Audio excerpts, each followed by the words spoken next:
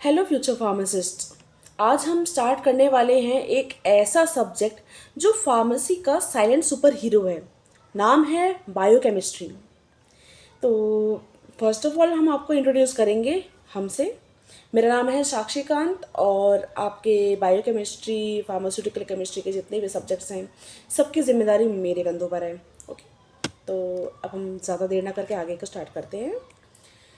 तो अगर आपको समझना है कि बॉडी के अंदर ड्रग्स एक्चुअली में कैसे काम करती है और जो डिजीज़ेस होते हैं वो बॉडी में किस तरह से डेवलप होते हैं या मेडिसिन्स किस तरह से बॉडी में रिएक्ट करती है, उनका इम्पैक्ट किस तरह से देखने को मिलता है, तो उसका सिर्फ एक ही एंट्री गेट है और वो है बायोकेमिस्ट्री।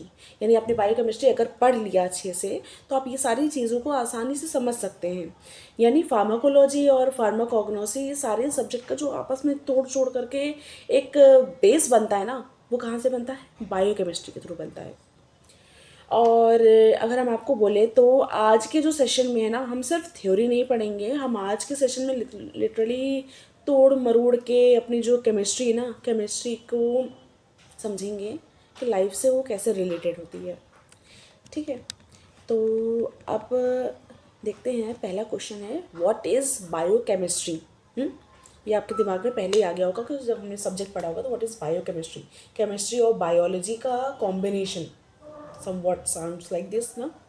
तो सिंपल लैंग्वेज में अगर बोला जाए तो बायोकेमिस्ट्री वो ब्रांच है साइंस की जो कि लिविंग सेल्स की केमिकल कॉम्पोजिशन और बायोमोलिक्यूल्स के स्ट्रक्चर, फंक्शंस और इंटरैक्शन को स्टडी करती है।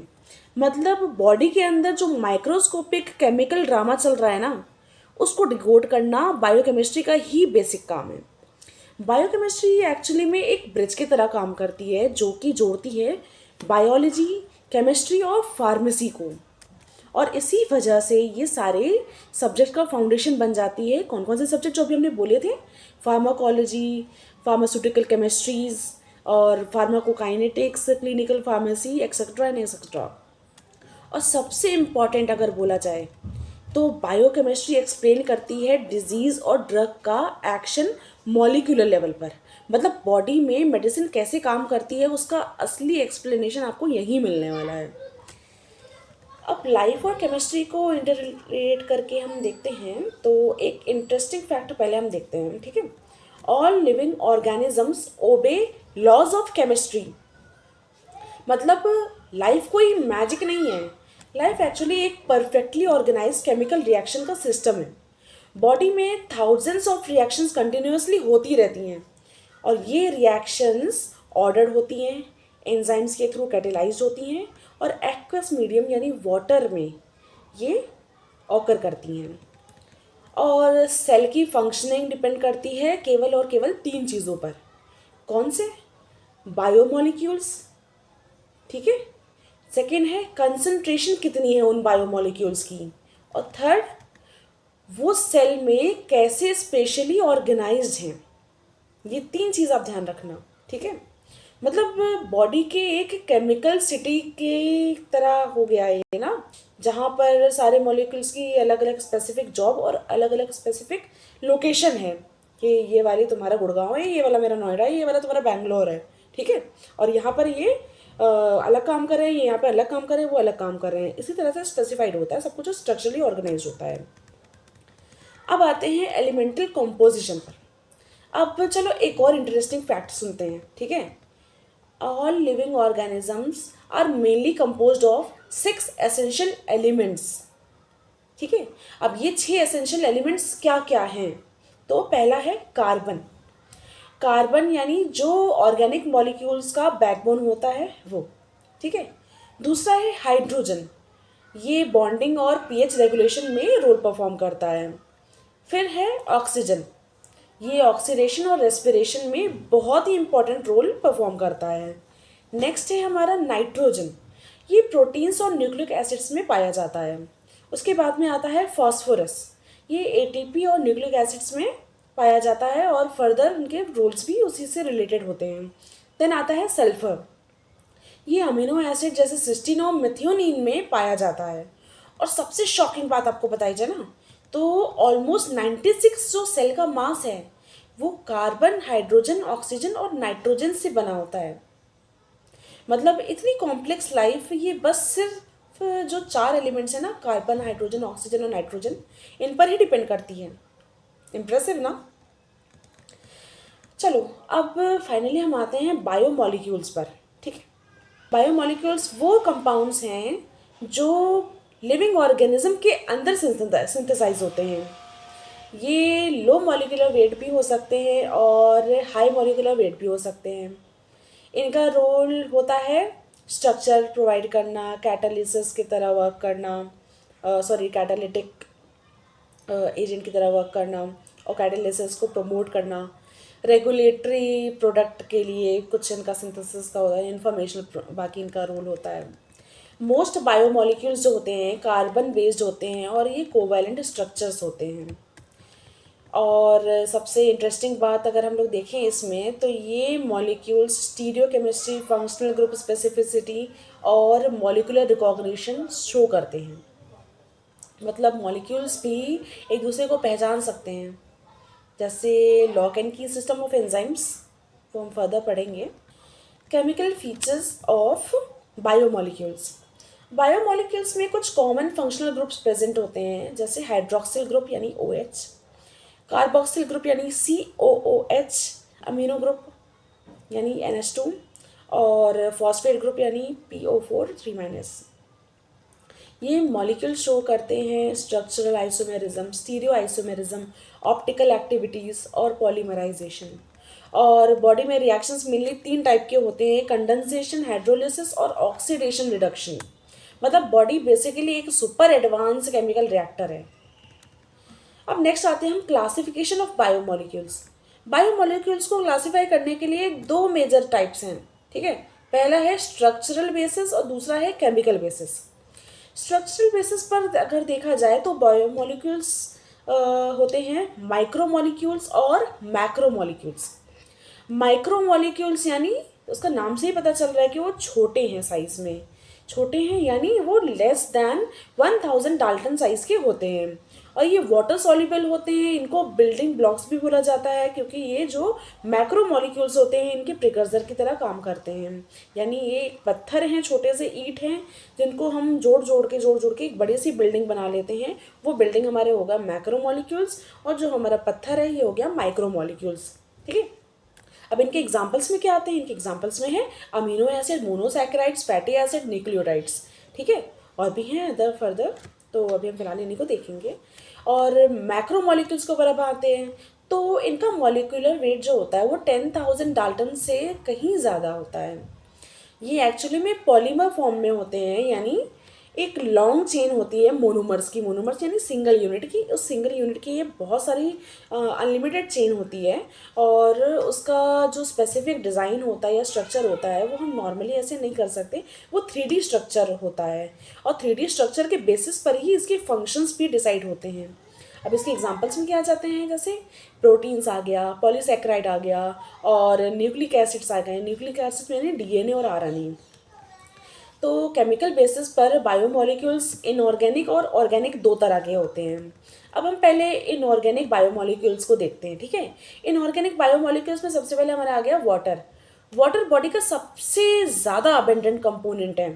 ठीक है। ऑलमोस्ट 60 to 80% सेल का जो मास होता है ना, वो वाटर पे डिपेंड होता है, वो वाटर ही होता है। ठीक है। वाटर एक पोलर मॉलिक्यूल है जिसमें हाइड्रोजन बॉन्डिंग होती है। वाटर का जो भी रोल होता है बॉडी के अंदर, वो होता है एक सॉल्वेंट की तरह, रिएक्टेंट की तरह हाइड्रोलिसिस में, और टेम्परेचर का बफर की तरह। ठीक है। और इसका अगर देखा जाए तो मेन रोल है ऑस्मोटिक बैलेंस और pH स्टेबिलिटी का सेल के अंदर।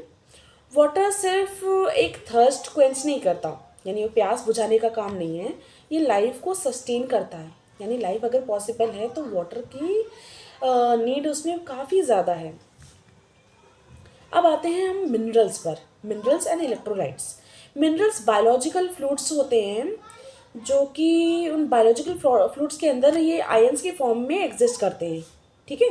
तो जो बायोलॉजिकल फ्लूइड्स हैं उनके अंदर आयंस के फॉर्म में मिनरल्स पड़े होते हैं। जैसे कि इसके एग्जांपल में हो गया सोडियम, पोटेशियम, ये नर्व इम्पल्स के लिए काम करते हैं। कैल्शियम मसल कॉन्ट्रैक्शन के लिए काम करता है। मैग्नीशियम एंजाइम एक्टिवेशन के लिए यूज़फुल होता है। और आयरन ये होता है हमारा ऑक्सीजन ट्रांसपोर्टेशन के लिए। ये मिनरल्स एक्ट करते हैं कोफैक्टर की तरह, स्ट्रक्चरल कंपोनेंट की तरह और चार्ज कैरियर्स की तरह। मतलब अगर मिनरल्स इम्बैलेंस हो जाए तो बॉडी का इलेक्ट्रिकल सिस्टम पूरी तरह से डिस्टर्ब हो जाना है। अब नेक्स्ट आते हैं हम ऑर्गेनिक बायोमोलिक्यूल्स के ऊपर। ठीक है, तो सबसे पहले इसमें आता है कार्बोहाइड्रेट। कार्बोहाइड्रेट CHO यानी कार्बन, हाइड्रोजन और ऑक्सीजन से बना होता है और उनका जनरल फॉर्मूला होता है अंडर ब्रैकेट CH2ON। ठीक है, और ये मोनोसैकेराइड यूनिट से बना होता है जो कि ग्लाइकोसिडिक बॉन्ड से लिंक्ड होता है। अब इसके टाइप्स क्या होते हैं? तो पहला टाइप है मोनोसैकेराइड यानी सिंगल यूनिट, डाइसैकेराइड यानी डबल यूनिट ऑफ शुगर, ट्राइसैकेराइड यानी ट्राइसैकेराइड नहीं, हम ट्राइसैकेराइड और टेट्रासैकेराइड इन सबको रखते हैं ओलिगोसैकेराइड्स में। तो इसमें मोर देन 2 अगर है और लेस देन 10 है तो हम उसको ओलिगोसैकेराइड में रखेंगे, और मोर देन 10 है तो हम उसको पॉलीसैकेराइड में रखेंगे। कार्बोहाइड्रेट्स का अगर हम फंक्शन देखें तो ये एनर्जी सोर्स की तरह काम करता है और स्ट्रक्चरल कंपोनेंट की तरह काम करता है। और अब देखा जाए तो फार्मास्यूटिकल इंडस्ट्री में हम इनका किस तरह से यूज़ करते हैं? तो पहला यूज़ है इसका बाइंडर्स की तरह, फिर हम दूसरा इसको यूज़ करते हैं फिलर्स की तरह, नेक्स्ट हमारा इसका यूज़ है स्टेबलाइज़र की तरह और फिर कोटिंग एजेंट की तरह। अब लास्ट वाला हम देख लेते हैं, अभी बाकी फर्दर हम बाद में डिटेल में पढ़ेंगे कि ये कोटिंग एजेंट की तरह किस तरह से यूज़ होता है। कोटिंग एजेंट का इसका हम यूज़ करते हैं शुगर कोटिंग में। बेसिकली कुछ ऐसी दवाइयाँ जो कि बहुत ही ज़्यादा पैलेटेबल नहीं होती हैं, जिनको हम डायरेक्टली नहीं पी सकते हैं या खा नहीं सकते हैं टैबलेट्स को, और वो बहुत ही ज़्यादा कड़वी होती है या बच्चों को देने के लिए उनकी कंप्लायंस नहीं होती है, तो उनको शुगर कोट करते हैं यानी कार्बोहाइड्रेट से कोट करते हैं। ये ड्रग डिलीवरी सिस्टम और वैक्सीनेशन दोनों में ही बहुत अच्छा रोल परफॉर्म कर लेता है इस तरह से। नेक्स्ट है हमारा प्रोटीन। तो प्रोटीन होते हैं अमीनो एसिड के पॉलीमर्स, ठीक है, जो कि पेप्टाइड बॉन्ड से लिंक्ड होते हैं। अब जैसे कार्बोहाइड्रेट क्या होते थे, कार्बोहाइड्रेट के जो मोनोमर्स होते थे वो ग्लाइकोसिडिक बॉन्ड से लिंक होते थे, और प्रोटीन्स के जो मोनोमर्स है यानी अमीनो एसिड ये पेप्टाइड बॉन्ड से लिंक्ड होते हैं। सॉरी। इसके एग्जांपल्स में क्या आ जाएंगे प्रोटीन्स की? Haemoglobin, insulin, enzymes. ठीक है, प्रोटीन्स में प्राइमरी, सेकेंडरी, टर्शरी और क्वाटरनरी स्ट्रक्चर्स होते हैं। ये मॉलिक्यूल्स हाईली स्पेसिफिक और डायनेमिक होते हैं। बॉडी में प्रोटीन्स एक्ट करते हैं एंजाइम्स की तरह, रिसेप्टर्स की तरह, ट्रांसपोर्टर्स की तरह, स्ट्रक्चरल एलिमेंट्स की तरह। मतलब बॉडी की एक वर्कफोर्स जो देखा जाए ना तो वो पूरी की पूरी प्रोटीन पर डिपेंड करती है। नेक्स्ट आता है लिपिड।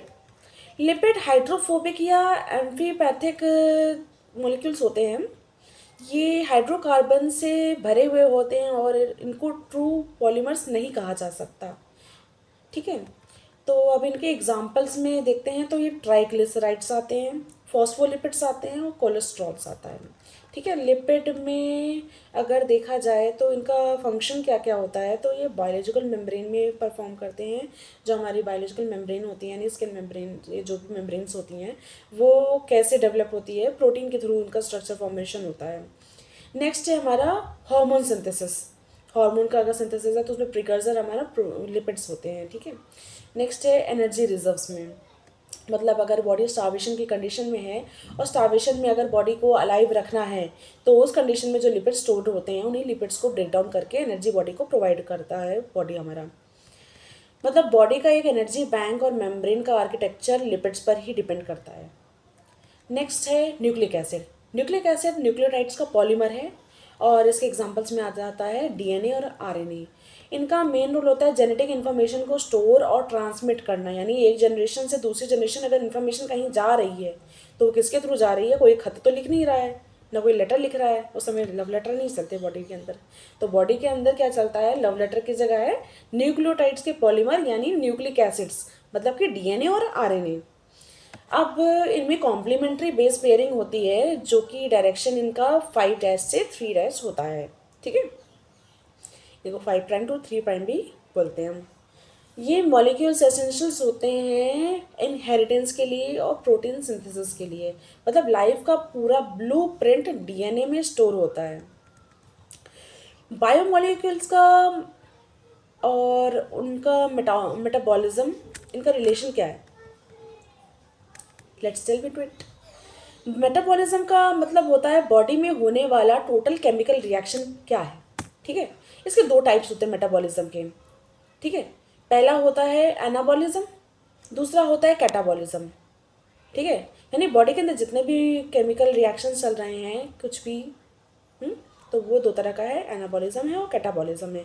एनाबॉलिज्म में क्या होता है कि बायोसिंथेसाइज होता है, यानी कोई भी अगर केमिकल बॉडी के अंदर सिंथेसाइज हो रहा है, बन रहा है, तो वो क्या हो रहा है, एनाबॉलिज्म हो रहा है। और बॉडी के अंदर किसी भी केमिकल का ब्रेकडाउन हो रहा है, तो वहाँ पर क्या आ गया, वहाँ पर कैटाबॉलिज्म आ गया, यानी उसका डिसइंटीग्रेशन या फिर उसका डाइजेशन या कुछ भी हम कह सकते हैं। वो अलग अलग पर्पज़ के हिसाब से अलग अलग वर्ड्स हो जाते हैं, लेकिन अगर बेसिक ओवरऑल टर्म बोला जाए, हम कॉमन वर्ड बोला जाए, तो वो होता है कैटाबॉलिज्म। बायोमोलिक्यूल्स मेटाबॉलिज्म में एक्ट करते हैं सबस्ट्रेट की तरह, एंजाइम्स की तरह और रेगुलेटर की तरह। मतलब बायोमोलिक्यूल एक केमिकल इकोनॉमी ऑफ लाइफ को चलाते हैं, ठीक है। बायोमोलिक्यूल्स इन ड्रग एक्शन, फार्मास्यूटिकल नज़रिए से एक इम्पॉर्टेंट पॉइंट अगर देखा जाए तो ये बायोमोलिक्यूल्स बहुत ही ज़्यादा इंपॉर्टेंट होते हैं। ड्रग्स बॉडी में इंटरेक्ट करते हैं प्रोटीन के साथ, जैसे एंजाइम्स और रिसेप्टर, न्यूक्लिक एसिड के साथ, स्पेशली एंटी कैंसर ड्रग्स जो होती हैं वो, और लिपिड मेम्ब्रेन्स के साथ, ठीक है। बायोमोलिक्यूल्स का नॉलेज हेल्प कराता है रेशनल ड्रग डिज़ाइन में और एडवर्स ड्रग रिएक्शन में, फार्माकोजेनोमिक्स में, ठीक है। और ये डायग्नोस्टिक टेस्ट और थेरेपेटिक मॉनिटरिंग का भी एक बेसिस होता है। अब हम देखेंगे बायोमोलिक्यूल के इम्बैलेंस से क्या क्या होता है। जब बायोमोलिक्यूल्स इम्बैलेंस होते हैं ये तो बॉडी में डिजीज़ेस डेवलप होती हैं। जैसे अब एग्जांपल देखते हैं, कार्बोहाइड्रेट्स का इम्बैलेंस होता है तो डायबिटीज़ होती हैं, प्रोटीन्स का डिफिशियंसी होती है तो क्वाशियोकर होता है, और जब लिपिड्स का इम्बैलेंस होता है तो अथेरोस्क्लेरोसिस होता है, और न्यूक्लिक एसिड का डिफेक्ट्स में होता है जेनेटिक डिसऑर्डर्स। मतलब बॉडी में बायोकेमिस्ट्री अगर डिस्टर्ब हुई तो डिजीज़ स्टार्ट हो गई, डिजीज़ या डिसऑर्डर कुछ भी होगा स्टार्ट हो जाएगा। So today we learn a very important truth, life कोई मिस्ट्री नहीं है, ये एक्चुअली परफेक्टली ऑर्गेनाइज्ड केमिस्ट्री है। और अगर आप बायोकेमिस्ट्री समझ गए तो आप डिजीज़, ड्रग और ह्यूमन बॉडी का मॉलिक्यूलर लॉजिक समझ गए। और बिलीव मी, फार्मेसी में ये अंडरस्टैंडिंग आपको एवरेज स्टूडेंट से एक्सपर्ट बना देती है। नेक्स्ट लेक्चर में हम डीप डाइव करेंगे मॉलिक्यूल्स को और उनके वर्ल्ड में जाकर अच्छे से देखेंगे उनको। तब तक के लिए एक लाइन याद रखना, where there is life there is chemistry. और जहाँ केमिस्ट्री है वहाँ बायोकेमिस्ट्री का लेक्चर तो हो गई हो।